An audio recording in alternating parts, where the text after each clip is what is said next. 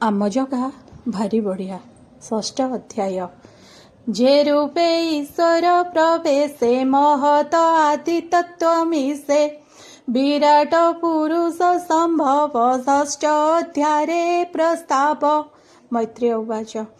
एमंत देवंक वचन शुणि संतोष भगवान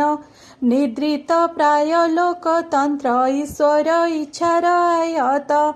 से काल शक्ति रूप धरी त्रयोविंशति तत्वे पुरी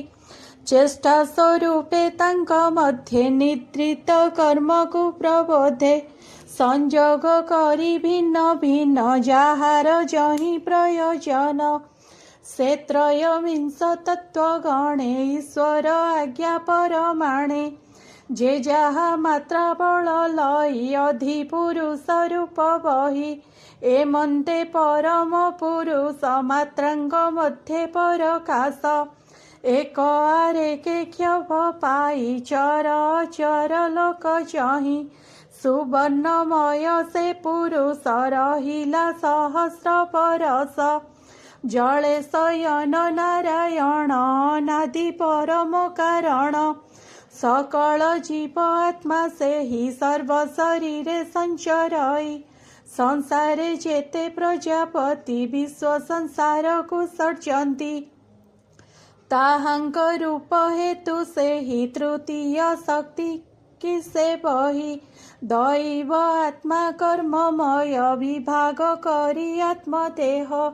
सर्जिला एकदश तीनि सृष्टि व्यापारे कर्म घेनी अशेष प्राणी आत्मा एहि खेलई अंशरूप होई आदि अवतार सर्जन ए भूत ग्राम भिन्न भिन्न आध्यात्म अधिभूत भाव पुणी कल्पिला अधिदेव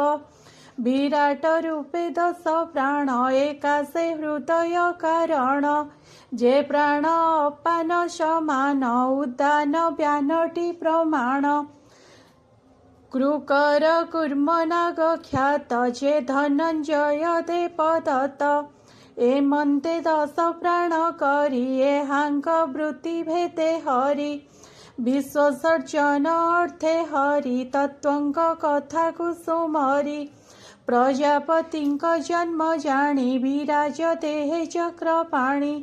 तक्षणे पशि निज तेजे जे बाजे प्रयोजन कार्ये स्थान भी आई देव अर्थे शुणतु स्थापिले जे मंते विराज मुंडे तुंड करी वचन अर्थे अधिकारी अग्नि स्थापिले अशब्द अर्थे बेतु शुण एक चित्ते से मुख मध्ये ताळु भेदी वरुण रसना संपादी जिह्वा वरी षड रसे स्थापिले आस्वादन बसे तुंड उपरे नासाद्वारे बसिले अश्विनी कुमारे घ्राण आवरी गंध अर्थे सुगंध दुर्गंध सहिते सेनासा मूळे चक्षुदार समे बसई दिवाकर ज्योति स्वरूपे से लोचने रहिले रूप संपादने पवन बहे देहे पशि केबे काहिरे न मिसी शीत तपत जाणिबारे चर्मे बसिले अधिकारे से बेनी चक्षुर उपरे वाम दक्षिण कर्णद्वारे शबद अर्थे दिक बसे जे बा शबद जेणे भासे तक्य जे चर्मु भिन्न हेला औषधि लोमे जे बसिला से ही लोमरु कंडु आदि हुओ ईश्वर सुखादि मैत्रेया बरिलिंग वृत्ति तहि बसिले प्रजापति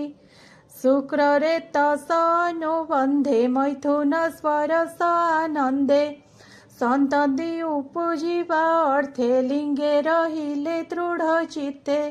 ताअधे अष्टम अंगुळे जे मल द्वार वायु मूळे मित्र बसिला तापरी मृत्यु वेदना संगे करी मल उत्सर्ग दृढ़ बंधे व्यापार आवरी आनंदे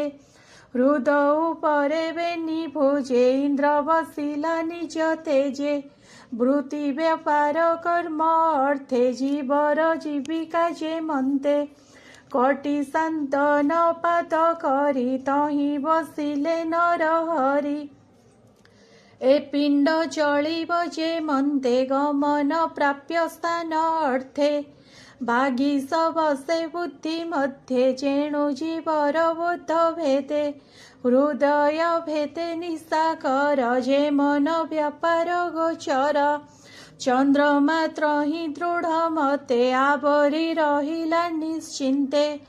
आत्मा रे बसे अभिमान जेणु कर्तव्ये बहे ज्ञान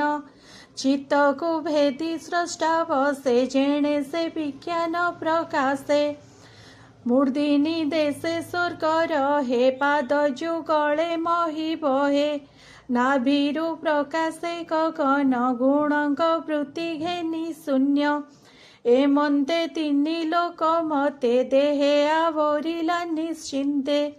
सुर ईश्वर गण जन देहे कल्पिला भगवान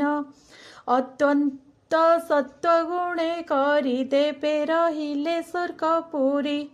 रजस भाव नर गण भूमि रे कले अधिष्ठान।